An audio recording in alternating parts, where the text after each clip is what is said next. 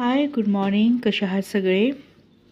आज मस्त नाश्त्यासाठी आहे मेथीचे गरमागरम पराठे. आणि हे पराठे बनवण्यासाठी जी रेसिपी आहे, जी तुम्हाला पाहिजे नसेल तर मला प्लीज कमेंट करा. माझ्या चॅनलला सबस्क्राईब करा.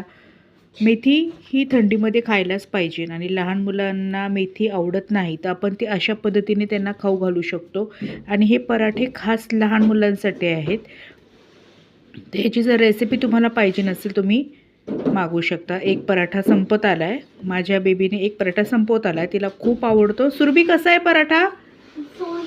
यम्मी आहे ना? तर चला पटापट मला कमेंट करा आणि रेसिपी पाहिजे नसेल तर मला मेसेज करा की प्लीज रेसिपी. तुमच्यासाठी मी नक्की हा व्हिडिओ बनवेल.